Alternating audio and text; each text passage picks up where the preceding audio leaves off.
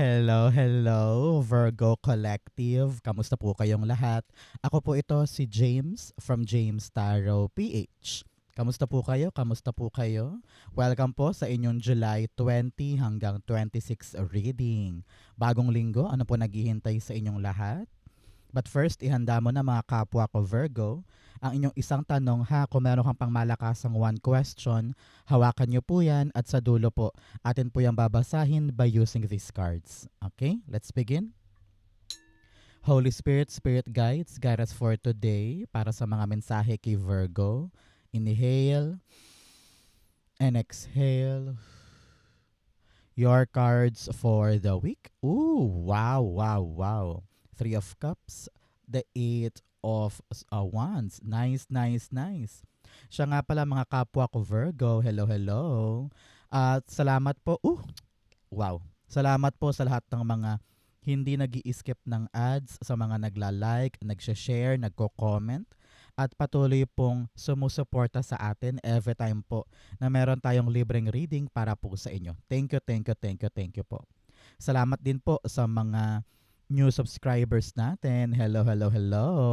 Welcome po sa ating channel. Naway nag-enjoy po kayo sa ating mga readings today. Okay? So please, please, please tulungan nyo ako. Do not skip your ads. Okay? So, at the bottom of your deck, meron kang the Knight of Pentacles. Alam mo, narinig ko dito, aandar na. One word Virgo, aandar na. Alam ko na meron kang pinag-iisipan, meron kang pinagmumuni-munihan kung itutuloy ko ba, gagawin ko na ba, sisimulan ko na ba, hahakbangan ko na ba. Pero kitang-kita ko dito na handa ka na eh. Ready ka na eh. Pinapayuhan ka na huwag kang magmadali, huwag kang mag-rush, pero panahon na para gumalaw. Yan. Kung ano man tong mga bagay na pinipilit mong isang tabi muna, sabi mo parang hindi pa handa or hindi pa ready. Pero kitang-kita ko dito na time na for us, tayong mga Virgo, to move forward with what we want to do. At nakita ko dito na aandar siya the way you planned it. Kung paano mo siya pinlano, aandar siya ng ganun ka-okay. So congratulations, napakaganda ng paunang mensahe para sa'yo. Okay? Especially in your core energy, titigan mo to, you have the Three of Cups. Meron kang 3-3 here. Nako, napakagandang angel number yan. Angel number po ay 3 ng inyong ancestors' protection. Meron daw po kayo na mayapang kamag-anak na kahit nasa kabilang buhay ay ginagabayan ka, pinoprotectionan ka. So after watching this video, magtirik ka ng kandila o kaya magdasal para pasalamatan yung mga ancestors sa talaga namang walang pagod na tumutulong sa'yo. Okay? So, si Three of Cups here, merong celebration. I don't know why, parang narinig ko makakarinig ka na ng magandang balita doon sa isang bagay na tinrabaho mo pero natenga. Parang ganun eh. Kung meron ka mang hinihintay na sagot, hinihintay na resulta, or pag-andar sa isang bagay, you will hear this week, you will hear the good news na parang, ay, tuloy na daw, ay, approve na, ay, naibigay na. No?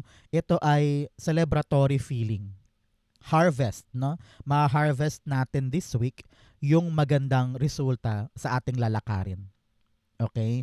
Kumbaga parang go signal to eh. Matagal ka nakahinto, matagal ka naghintay, matagal ka nagmuni-muni, biglang dumating yung magandang resulta or magandang regalo na parang magpapasabi sa'yo, magpapa-excite sa'yo na sige, gawin na natin, sige, puntahan na natin dahil dumating na. So kung ano man yung hinihintay mo, kung ano man yung pine-prepare mo, nako, magbibigay sa'yo to ng malaking starting point at celebratory feeling na parang, yes, dumating din, yes, akin na rin yan. No?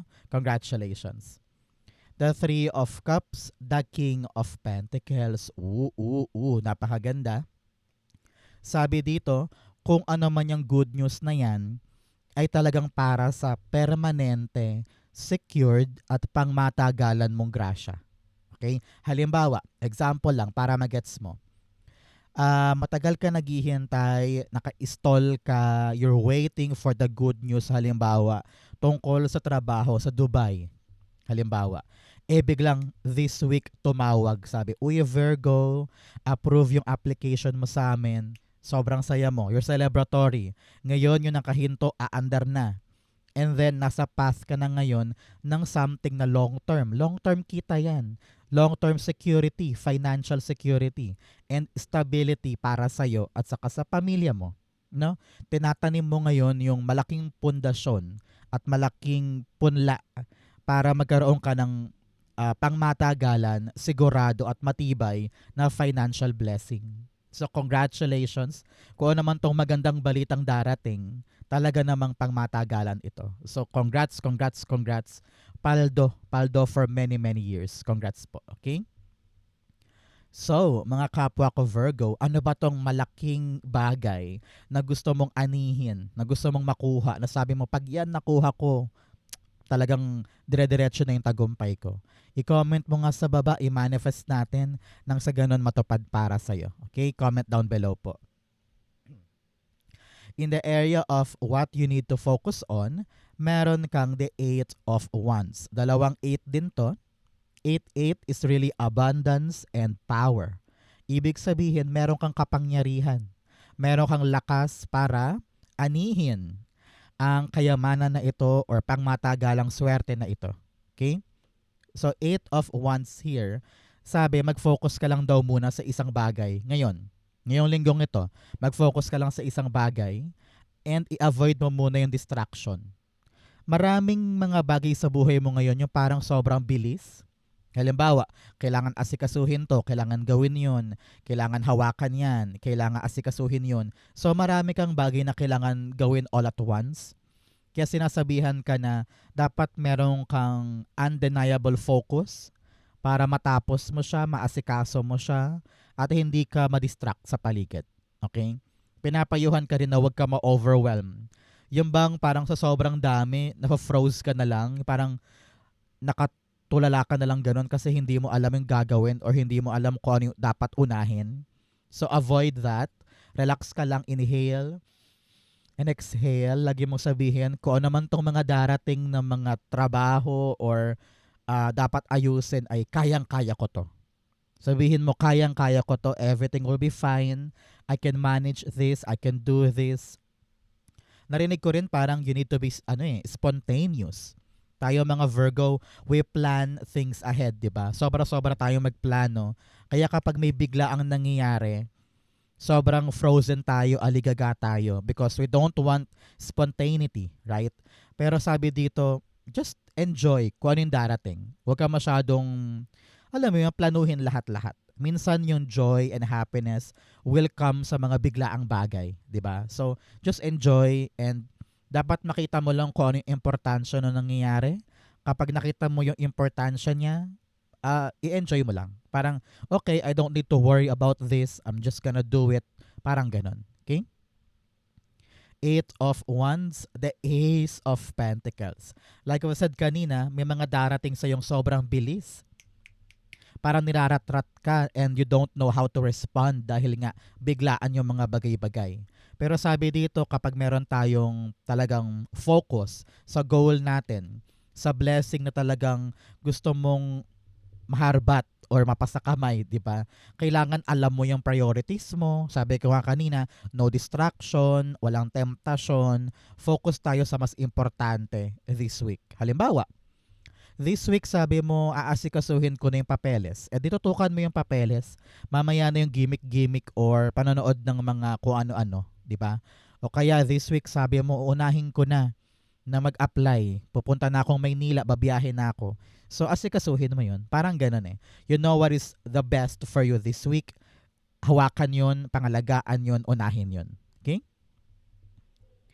So mga kapwa ko Virgo, taga saan po kayo? Saan parte po kayo ng Pilipinas o buong mundo nag-e-enjoy ng ating special reading para malaman ko kung saan po nakakaabot ng ating mga pagbasa. Okay? Comment down below, feel free po. In the area of what you need, meron kang the 4 of Swords. Alam mo, sabi dito, minsan, you just need to let go. Naku, mahirap yan para sa ating mga Virgo. Yung para bagang hahayaan lang natin maganap. Hindi natin kokontrolin, hindi natin masyadong paplanuhin, hindi natin papuwersahin yung mga bagay-bagay. We're the master planners, di ba? We plan ahead, we're very systematic, we're very analytical, and we're perfectionist to a fault, right? Pero sabi nga dito, kailangan magpahinga ka, kailangan maramdaman mo yung relax. Some of you are being asked to magbakasyon panandalian, hindi para umiwas ha, kundi para mag-recharge. Okay? Magre-recharge ka lang kahit 1 day or 2 days yan. Baka yung weekends mo, kunin mo to. O kung may day off ka ngayon, kunin mo yan para lang makapag-recharge. Luminaw ang isip, luminaw ang katawan, makabawi sa lahat ng mga trabaho or pagod na ginawa mo itong mga nakaraang linggo, nakaraang buwan, di ba? So panahon to for you to really take a rest, relax, prioritize your body, okay? But for others dyan, sinasabihan ka dito na magtiwala ka daw sa dinasal mo. Many of you are being advised na magtiwala sa dinasal. Kung naibigay mo na kay God, na itaas mo na sa Kanya, wag mo nang ulit-ulitin pa at pangambahan pa. Parang, okay, I have prayed for this, I told God about this, okay na yon. Relax na ako, parang ganyan. Okay? The Four of Swords, the Nine of Swords, yes. Masyado kang maraming inaalala. Nako tayo mga Virgo, we overthink always, 'di ba? Lagi tayo nag-overthink, nag-overanalyze, nagka-catastrophize. Kahit naman hindi magaganap yung nasa isip natin, pinoproblema natin. Halimbawa, ikaw ay a-attend ng isang party, iniisip mo, ay baka late ako, baka pagpasok ko, lahat sila nakatingin sa akin, dapat makahanap ako agad ng upuan, dapat may kasama ako, paano kung wala doon yung may birthday, baka hindi ko kakilala yung mga nandun. Nag-overanalyze ka on a scenario na hindi ka naman sure kung yun yung mangyayari. Tapos naubos na yung oras mo doon, kakaisip, kakanega energy. Kaya nangyayari, lagi kang restless, lagi kang parang agitated or para lagi mo hinahabol yung oras or kinokontrol yung mga pangyayari. Kaya hindi ka makapag-relax, hindi ka makahinga, hindi ka mapayapa yung bawat galaw mo, di ba? Sa panahon to for your Virgo na isang tabi yung mga stress, learn to relax, learn to just trust the process, trust the fate, and trust God that everything will work out in your favor. Okay, so relax, let go, breathe, inhale, exhale. It will be fine. Okay, congratulations. In the area of what's affecting your current energy, meron kang the Wheel of Fortune. Napakaswerte, nagbabago na yung kapalaran, umaangat ka na. Kung nitong mga nakaraang linggo, nakaraang buwan, parang meron kang tinatrabaho na parang sabi mo, bakit ganito? Bakit ang hirap kunin? Bakit ang hirap gawin? Bakit ang hirap maabot yung sineset kong standard? Bakit parang lagi may pumapalya? Bakit may umaandap or bumabagal? Pero pinapakita dito na magbabago na yung status na yan. Yung dating mabagal, bibilis. Yung dating hindi sigurado, sigurado. Yung dating nakahinto, aandar. No? It's all about you enjoying. Sabi mo, yes, yes, yes. Ramdam mo na gumaganda na, humuhusay na, di ba? At kitang-kita mo yung daan para sa permanente, stable, at siguradong biyaya. Kaya wag na wag mong kakalimutan na maging grateful this week. Grateful sa mga nangyayari, grateful sa mga gumaganda, maliit man yan or malaki, di ba? Because that is the sign nagbumubuti na yung antas ng buhay mo o yung sitwasyon mo. And it is calling for a great celebration. Congratulations, okay? Wheel of Fortune, the 10 of Cups. Naku. This is really a fortune after difficulty. Kung dumanas ka man ng sobrang hirap, asahan mo, itong mga dulong part ng July 20 to 26, bubuti talaga yung lagay ng buhay mo at ng pamilya mo. Kung nakaranas kayo ng kapos sa pera or talagang medyo struggle nitong mga nakaraang buwan, asahan yung pagbabago niyan. No? Biglang shift yan kasi kalahati na tayo ng taon. This second half of the year, Magbabago ang lahat. Congratulations. At kung ano man yung mga isyong pampamilya o bagay na pampamilya, bubuti, aayos, titibay, lalago, makakarinig ka ng good news about something na pampamilya. Congratulations. Nako, change of destiny for the better. I-claim na natin yan, atin yan. I'm claiming the change in my destiny for the better. Okay? At heto ka, in your near future, isa itong malaking paalala sa ating lahat, Virgo. In the near future, ang tabayanan mo, maaring 3 weeks or 3 months from now, babalik yung mga dating alaala. Alaala ng mga heartbreak noon or pagkasawing palad mo noon. Yung mga reason of rejections, disappointments, heartbreaks, babalik to. No? Hindi para guluhin ka ulit, kundi para parang maalala mo lang na ay ganito yung nangyari noon. Napakasakit, napakahirap. Ay noon ganito yung naranasan ko. At maaring makasagabal siya. Halimbawa, dati, nasigawan ka ng boss mo, talagang pinahiya ka sa opisina. Tapos ngayon, in the near future, meron kang bagong opisina. Tapos bigla ka nagkaroon ng deja vu na para, ay, ipapasok ko tong papeles sa to. Ay naku, paano kung sigawan ako ng bago kong boss? Tapos naalala mo bigla yung mga nangyari noon. Ang tendency mo, atras ka, sabi mo, ay, wag na, ayoko magpasa, baka sigawan ako din ng bago kong boss tulad ng boss ko dati. So, paalala sa'yo dito, in the near future, do not let your past hold you back. Okay? Wag mong hayaan yung nakaraan mong mistakes, heartbreak, disappointments ay makaharang sa gagawin mo in the future. So just be brave, tell yourself na natuto na ako doon, hindi ko na yan uulitin at hindi ko na yan sasapitin pa. Okay? Just relax. Tell yourself, I'm not gonna make the same mistakes again. I will not experience the same heartbreak again. So lagi mong isipin yung lesson from the past, hindi para maging bitter, kundi para maging paalala sa'yo kung anong dapat mong gawin. Three of Swords, the Hanged Man. Yes, malinaw na pagkatuto. Yan. Your mind is very clear. Your intentions is very pure. And your wisdom talagang malawak ngayon. Alam mo na kung ano yung dahilan ng mga pagkatenga, dahilan ng mga pagkahinto, or pagka-delays ng mga bagay-bagay. Hindi yun para parusahan ka or kamalasan. Hindi Yun ay paghahanda. Hinahanda ka ni God for something bigger, something better, something wiser. Kaya kung ano man yung naranasan before, lesson yun. Para mapatibay mo ngayon yung mga dapat mong gawin. Okay? Ganun yan kasimple. Kaya huwag ka nang bitter sa past, wala nang puot-puot. Maging ano na lang siya, paalala para magawa ng tama yung ngayon. Okay? In your challenge, meron kang the 8 of Cups. Nako, sabi dito, panahon na para umalis ka or lumayo ka or bitawan yung mga bagay na alam mong wala ka mapapala. Example, friendship or career path na ang tagal-tagal mong ginagawa pero na-realize mong wala pala dito yung puso ko. Hindi na ako masaya, hindi na ako kontento, hindi na ako ganon ka-excited sa kanya. Na-realize mo na this is not for me. Masakit man, mahirap man, pero you know na kapag binitawan ko to, malulusaw lahat ng mga alalahanin ko and I will just trust God to give me this new opportunity na rason para iwanan ko tong luma. Because na-realize mong wala akong mapapala doon. Kahit anong pilit ko, kahit anong sigasig ko doon, talagang I need to let that go. Para yung plano ko umandar. Para yung growth ko sa buhay umandar. Okay?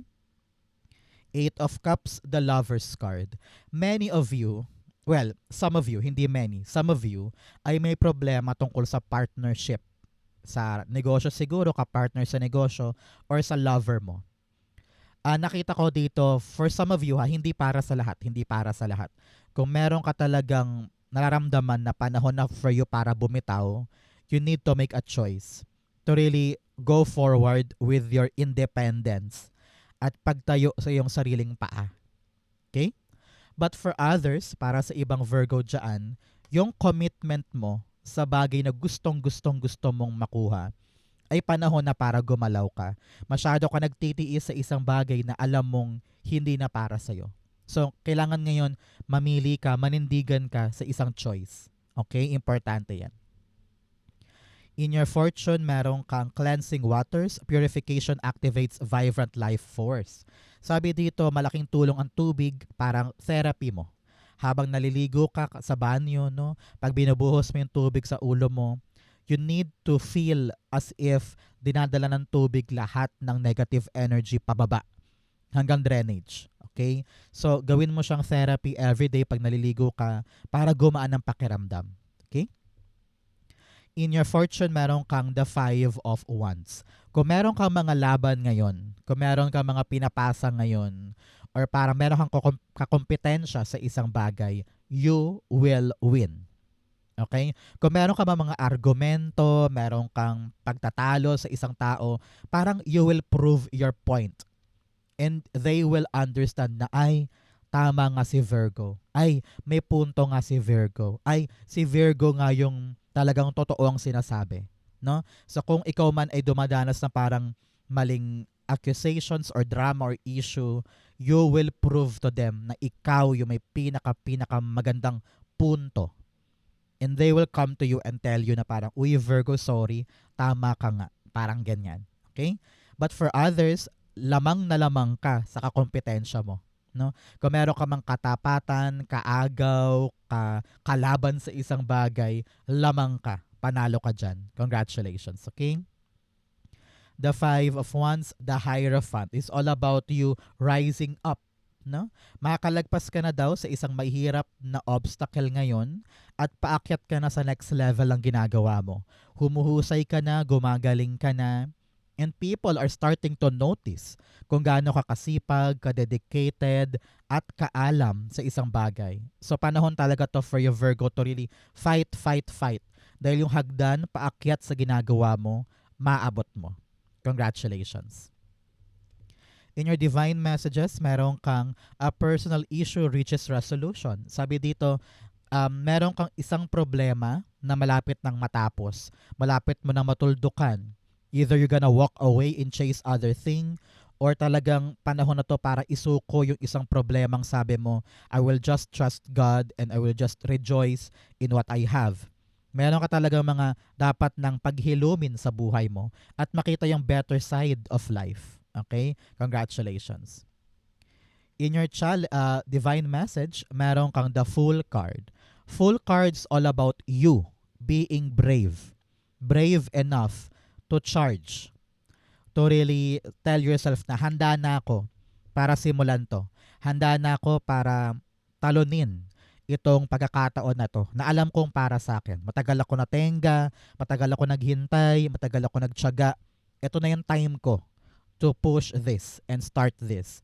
Sabi dito, maging matapang, huwag masyadong isipin yung mga negang bagay sa paligid. Focus tayo sa bagong blessing na ito dahil ito yung magpapabago ng ating swerte at labis-labis na selebrasyon at saya na magtutuloy sa iyo sa isang structured, stable, and long-lasting abundance. Okay?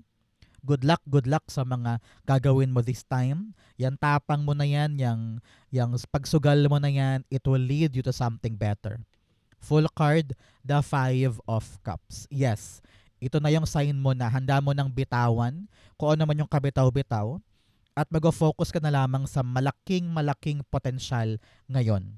Example, sabi mo, balak ko na magsimulang magtayo ng sari-sari store or milk tea shop. Or sabi mo, balak ko na mag-apply pa Korea. Or balak ko nang pumunta ng Maynila to test my luck. Parang ganyan. So, a new chance, a new door, a new beginning is knocking on you. Kaya sabi mo, sige, sugalan ko na yan, itulay ko na yan, time ko na. Congratulations. Outcome mo yan, bigyan mo na kita na fortune cards. You have horseshoe, good luck, congratulations. Meron ka daw maswerteng energy ngayon. I-claim mo to, good luck is mine, it will be yours.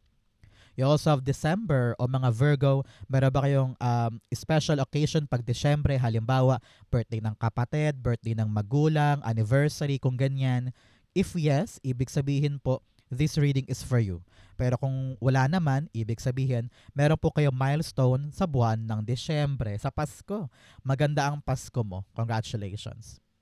You also have not unsuccessful plans. Sabi dito, may mga bagay pang hindi matulay-tulay kaya kailangan pagdaanan natin to. Kapag naayos mo na yan, na-fix mo na yan, this will change. Okay? You also have both money or property through an inheritance, winning, or a windfall. Nako, meron paparating na pera mula sa isang mana or pagkapanalo or talagang biglang darating para sa'yo. Congratulations, money is coming, the future is coming. Okay? Ang outcome ni Virgo for July 20 to 26, the Four of Cups. Beautiful. Sabi dito, hindi ka na malulumbay, hindi ka na malulungkot. Merong bagong bagay talaga na labis-labis mong i-celebrate dahil yes, may chance pa ako. Yes, meron pa akong opportunity. Yakapin mo to. Try mo to. This is something that could spark the energy from you, the excitement from you. At hindi ka na malulumbay dito, malulungkot dahil ito talagang chance na to. Nako, 1, 2, and 3, and 4. 4 na beses tayong sinabihan na may bagong paparating. Kaya huwag ka nang mangamba, huwag ka nang matakot. Lumaban ka, sumugod ka sa bagong bagay. This will be something beautiful for you. Nakita ko parang hindi inaasahan na opportunity. Halimbawa, you're looking at your social media, pagtingin mo, ay may opening pala sa bayan, may nag-a-advertise.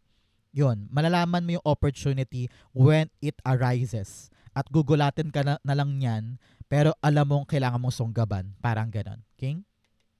Four of Cups, the Six of Pentacles. Yes, merong ibibigay sa'yo ngayon dahil alam ni universe kung gaano ka kaseryoso or ka-dedicated sa isang bagay. Iaabot sa'yo, this equal give and take. Parang this is really a good karma for you. So congratulations, tanggapin mo, saluhin mo. This will be a great time to elevate your life. Congratulations, Virgo. So, dako na tayo, mabilisan lang sa yung isang tanong, isang sagot. Pumikit ka na. Think of your one question. Inhale and exhale the answer to your question. Meron kang the Two of Pentacles, the Eight of Cups, and the Star card. Ooh, lovely. At the bottom, meron kang the Three of Wands. Meron kang hinihintay. Meron kang pinagtsatsagaan and you're asking, darating pa ba yun? Makukuha ko pa ba? Should I move forward? Should I step in and salubungin yon? Sabi dito ng yung spirit guys, you need to make a choice. This choice ay kailangan nag-uugat sa katapangan mo ngayon. Pinapayuhan ka na iwanan yung nakaraan, iwanan yung isang bagay para makatuloy ka sa bago. This is all about you charging forward on something new. Something that is fulfilling, satisfying, enjoyable. Yung intuition mo napakatibay. Alam mo sa puso mo kung ano yung dapat mong iwanan.